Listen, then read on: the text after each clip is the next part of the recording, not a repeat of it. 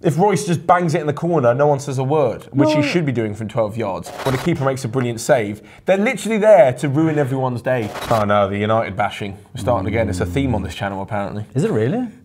No, but if me and Paddy say something bad, everyone goes nuts. So that and more coming up as myself and Ian go through all of your questions for this week's Q&A. You're back. Welcome back. I am. I think people actually thought it was David Silva coming on. Yeah, it wasn't actually David Silva, by the way, guys. I'm not David Silva. No.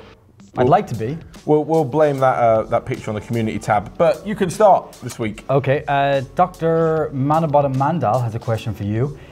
The doctor asks, do you think Ernesto Valverde will be sacked after Barca's shocking start to the season? Shocking's a bit much.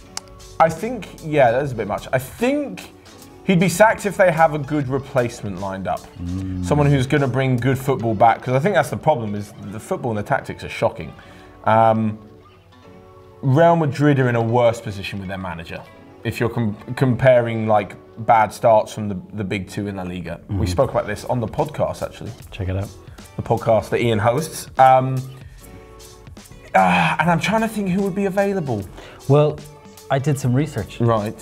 A lot of it depends on the politics of the club. Yeah. There's presidential elections coming up relatively soon, and it depends with who Xavi sides with. Right. But also, Victor Valdez, he's managing one of the youth teams or one of the B teams or something like that. He's been touted as a potential coach, obviously part of a very specific Barcelona team. Yeah. Also, left field, Gio van Bronckhorst. Ooh. Well, he knows what it's about. I think that the difference between the two is that if you come into Barcelona, you have to be the kind of coach who knows the style of play and who continues that, as well as putting your own little stamp on it. At Real Madrid, for example, they can be linked with anyone because they don't care. They're willing to change. They don't have much of an identity. They're willing to change, as long as it's attacking football, whoever comes in. Whether it's Mourinho or Pochettino or Ten Hag, they're like, cool, you do your style. But you have to have a specific style to it, Barcelona. And Zidane will be gone by Christmas. Yeah, I can't see Zidane staying. So, will he be sacked? Potentially, but not so soon. No, I mean, it's what? 7 points from 4 games? Yeah. A credible draw against a very good Dortmund side? Yeah. That's not shocking. Not shocking. No. Next up from Safiyuddin Ismail, it said, if Barca doesn't exist, which team would Messi fit in? Wow. Would he be the same player if he wasn't trained at Barca? Yeah. He'd still be good. He'd still be the best player. But I was thinking about this, and I think this La Liga is still the best one for him. So if La Liga is the best league for him, he wants to be at the best club at La Liga. And if Barcelona don't exist, then Real Madrid. Is it Real? Yeah. Barcelona fans will love that. Yeah, they would love that. But he's so good. He could literally play anywhere. Go anywhere, yeah. Except Manchester United. Because anybody who plays for Manchester United right now looks terrible. Oh no, the United bashing. We're starting again. It's a theme on this channel, apparently. Is it really? No, but if me and Paddy say something bad, everyone goes nuts. I don't know. Where would Messi fit in? Thankfully, we don't have to answer that question. We don't. No. You, though? Musing Bro, is Matt a giant hobbit? Wow. Am I a giant? I do have hobbit-like feet. They're quite large. But no, I'm not a giant hobbit. He does. I think it's the whole Frolic Frodo thing which makes people think I'm a hobbit. Is that where it comes from? Potentially. But whilst you're thinking about why I'm a giant hobbit, make sure you subscribe. There, I got it out. Yes, please hit that like button so you can subscribe and see loads more content from the OneFootball guys. But we're going to move on from that rather odd question. So Dhruv Shenoy has said, should Borussia Dortmund have been able to retake the penalty versus Barcelona because Ter Stegen was miles off the line? That is an exaggeration. P.S. Love your videos and podcasts. Keep up the good work. Well, I looked at the rule. Right. The rule says the keeper has to have at least 1 foot on the line. I looked at the replay. Ter Stegen does not have any feet anywhere near the line. Okay, it's not miles, but it's a couple of inches, which is significant enough when you think of like small advantages when it comes to this. So yes, it should have been retaken. Royce could have scored. Dortmund could have won. And that's it. And that's it. I disagree, actually. Oh. I just think that yes, the goalkeeper has moved a couple of inches off his line and you're only bringing it up because he saved it. If Royce just bangs it in the corner, no one says a word, which he should be doing from 12 yards. And stepping forward, makes the goalkeeper look bigger. I mean, we're talking small inches, but I understand where the advantage is gained. The goalkeeper's bigger, but it also means that he has less time to react if a shot goes the other way. That's true. And the ball's going to be past him quicker. If it's low, he's got less time to get down. So technically, if Royce had come out further, he'd have less time to meet the ball down if it was a lot lower, and it would have gone in. But technically. Yeah, technically. And I just think, for me, I don't think there should be a rule. I just think it's a penalty. If you should be good enough from 12 yards as an international striker to put it in. And, you shouldn't worry about the keeper. Send him the wrong way, or it's such a small margin, and there isn't evidence that it makes such a clear difference because keepers always do it and penalties always fly in. Well, we talked about this on the podcast yesterday, and I said that you shouldn't have Marco Reus taking the penalty anyway, because I think the relationship between him and Ter Stegen may be easier for Ter Stegen. Still a great save. Yeah, I mean, still, we shouldn't take that away from him. Fantastic save. Let's throw that in. Real Madrid have a sorely unbalanced squad with only one holding midfielder and too many attacking midfielders. The core players have aged and others are unsettled. The results have been okay, but their defending is a major issue which will cost them against the bigger teams. If their bad defending gets them knocked out of the Champions League group stage or round of 16, will Zidane keep his job? Wow. There's a bit of an essay. I think we just spoke about this. We don't want to dwell too much on the Real Madrid Barcelona stuff. Yes, it will cost him his job. I can't see Zidane staying. If results go badly in the next few weeks, as you spoke about before, Sevilla this weekend, Osasuna at home in midweek, and then the Madrid derby away next weekend. If those three, if they go bad results-wise and footballing-wise, because their home game is against Valladolid and I believe Getafe, maybe correct me if I'm wrong, a 1-1 draw and a 3-2 victory, even winning at home 3-2 against a poor team isn't good enough. They've been unconvincing. Yeah, unconvincing. And if this continues the next few weeks, and they got Club Brugge thing after that in the Champions League, I can't see Zidane staying. So no. But next up from the Wally man, who says, is Benzema as underrated as he does the same job as Firmino even, for longer? Yes. I think he's underrated too. He's really underrated. I mean, you look at the work that he put in for the team, especially when Ronaldo was there, how he dragged defenders out of their territory and created space for Ronaldo, opening up the channels, creating space, all of that sort of jazz. It's not as recognised as the goals, but then you look at the amount of goals he scored for Real Madrid, and he averages one every second game. Like for 11 seasons, like it's 10 seasons, 11th now. It's phenomenal. And in any other era when Messi and Ronaldo are not scoring tons and tons of goals, you're looking at his record and going, wow, that's really amazing. Also, he's slightly overshadowed by Ronaldo for a long time. Yeah, of course. Like when he was at Lyon and he was scoring, he's playing as that classic number 9, and he was scoring. He was not only the biggest player in Lyon, but the biggest in Ligue 1. Now he's moved to like a bigger pond. He's a slightly smaller fish, and he just doesn't get as much credit. But he's a superb player, and he deserves a lot of credit. I think so too. Next up, Rishabh Bantia. David Silva's had a legendary career at Man City. Where would you rank him amongst the Premier League's midfielders? Like Lampard, Gerrard, Scholes, Beckham. What do you think? I'm not even in the top 10. You are David Silva. I am. Many David people Silva. wrote these questions thinking David Silva would answer. I know, it was quite. But you're not in the top 10. No. I can easily name 10 midfielders who are better than him. See, my theory is that football is completely different. David Silva would have not been very good in the 2000s against those midfielders, but he is good the way football is played now. Yes, but also he's consistent rather than spectacular.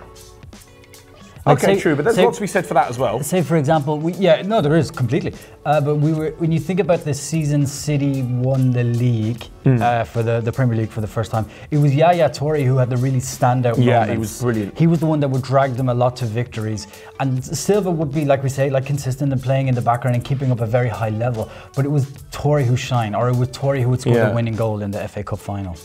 I think Guardiola's taken David Silva to a new step this season, but I also think, and it's something that you can't always put it down to having a good team, but it does help when David Silva plays the ball through and Sterling and Aguero finish like every other time, if not every time. Like it makes you look so much better. There would be an interesting stat to see the guy who's had the most chances created but the least scored. Like a really good midfielder who's playing up front with an absolute pony striker who could be like brilliant. Right, that's true. But just the striker can't put it away. So I'm not saying David Silva hasn't been brilliant, because I think he has been fantastic, and I'd put him up there. They're maybe in the top 10 of all time. But I wrote down 10 Premier League midfielders who are better. All right, hit me. Okay, so Gerrard, Yes. Makelele.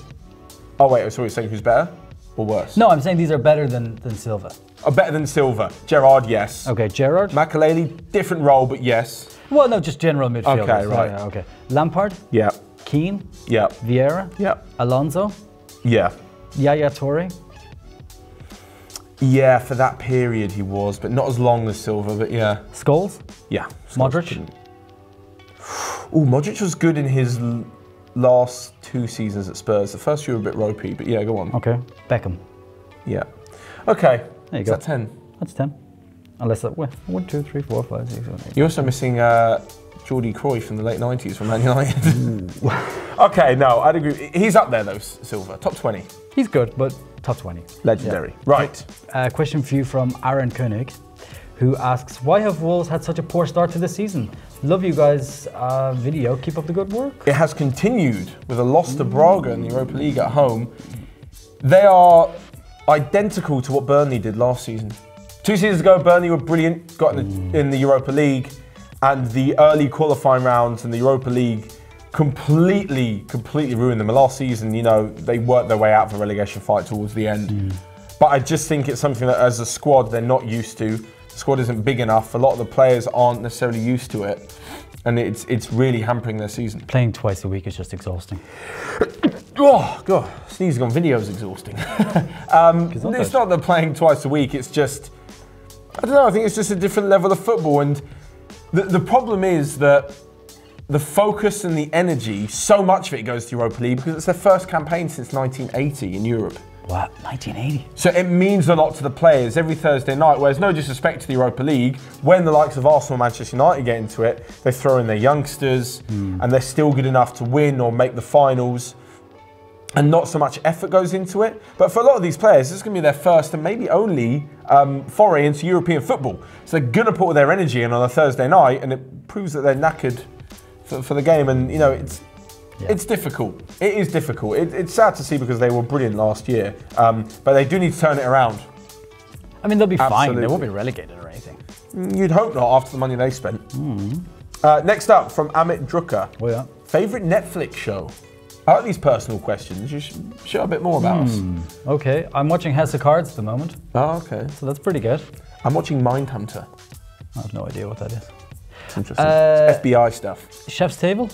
No. It makes me feel more intelligent. So, you know. Watching Chef's Table. Yeah, every little helps. Yeah. Question for you from Tussar Medrotra, if I've got that right. Is goal scoring overrated in football? Overrated? I mean, I've got a very strong answer to this, but you can go first. I mean, passes also count, tackles also count, interceptions also count. It's not overrated, it's the whole point of football is to score. I mean, don't get me wrong, the passes and the tackles make the team and allow you to win the ball back, get the ball forward and score, but scoring is what you're there for. Imagine if every game was 0-0 but it was just full of great passes.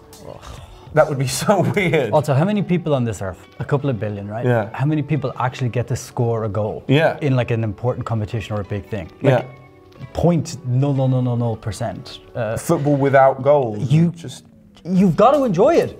That's the whole thing. Yeah, that's the whole point. That's why I also find very funny, and don't get me wrong, when a defender makes a brilliant tackle, I'm like, yes, it's a phenomenal skill. And, you know, when a keeper makes a brilliant save, they're literally there to ruin everyone's day. Yeah. They're literally the anti-footballers. They're there to stop what everyone wants to see and the whole point of football, which is scoring, which is quite funny. They're fun sponges. Yeah, they're the fun police. But you go to see loads of goals. And, like, you can have an entertaining 0-0 sometimes. But if there's like a 5-4 thriller, everyone loves it. Like, if you've got a choice between an entertaining 0-0 and like a 5-4, I'm going 5-4. Yeah, 5-4 every day. Yeah. Is it overrated? No, sorry. Honestly, yeah, you tell it to the goal scorers who still love scoring after like 300 or 400 goals. No. You never lose that feeling. No. Next up, Tanush Gua said, David Silva. Still thinks you're David Silva. Are you moving to the MLS, South America, China, Japan, or the Middle East after leaving Manchester City, or are you going to retire? Well, according to the latest reports, I'm moving to Inter Miami. With David Beckham's team, yes, I saw that. Me and Beck's going to kick it in Miami, South Beach, all that jazz. Brilliant. Whatever it is they do on South Beach. They party. That's what they do on South Beach, isn't David it? Silva doesn't seem like a party guy to me. No, he's not. He'd be a great wingman, though. Just all the assists. See what you did there. See what I did there? This is classic. Okay, a question for you from Inderman, who says, name 3 footballers you want to grab a pint with. I'm going to go with Kyle Walker. Okay. Because he seems like a riot. Kyle Walker. Wouldn't even enter my thinking. Yeah. Diego Costa if I want to start a riot. That's a good one. Costa would be fun. And N'Golo Kante because he's such a wonderful human. So going for a pint, to get drunk or just to chat to them? Because you don't want to chat to some interesting people. You go and you have a pint and you see where the evening goes. Okay. Yeah. Gaza. No, actually, I'm ruling out Gaza because I don't want to see that because I love him. No. Not going for a pint with Gaza or Paul Merson or Tony Adams. None of them. Or George Best. Or, well, no, you'd be Definitely not very, anymore. very difficult to get George Best. No, who would I go for a pint with that's interesting? Ooh. I've got my 3 if you want to think about it. Yeah, go on. Okay, so Cantona. Cantona would be very interesting. Because, you know, he's a great bloke. Yeah, yeah. Maradona for the stories. Oh my God, yeah, there's some great stories, yeah. And then Andrea Pirlo, because I'd look really cool because Andrea Pirlo would be sitting beside me. That is true. Andrea Pirlo, very cool guy. Wow. Okay, I would go for a pint with Guardiola because it'd be interesting to talk tactics. Oh, he'd be so Although, he'd be so intense, you'd have to get a few more pints down you to stand it. He'd be messing with like all the But this is what I'm imagining, like the beer mats and the salt and pepper. Yeah. He'd give you a good tactical insight.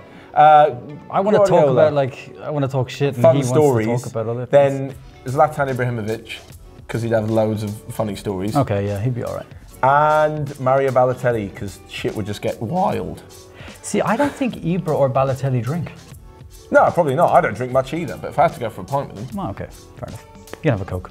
I'm not going for a pint with like Michael Owen and James Milner. Although Michael Owen... Could go to the cinema, but he's only ever seen 8 films. Who? Michael Owen.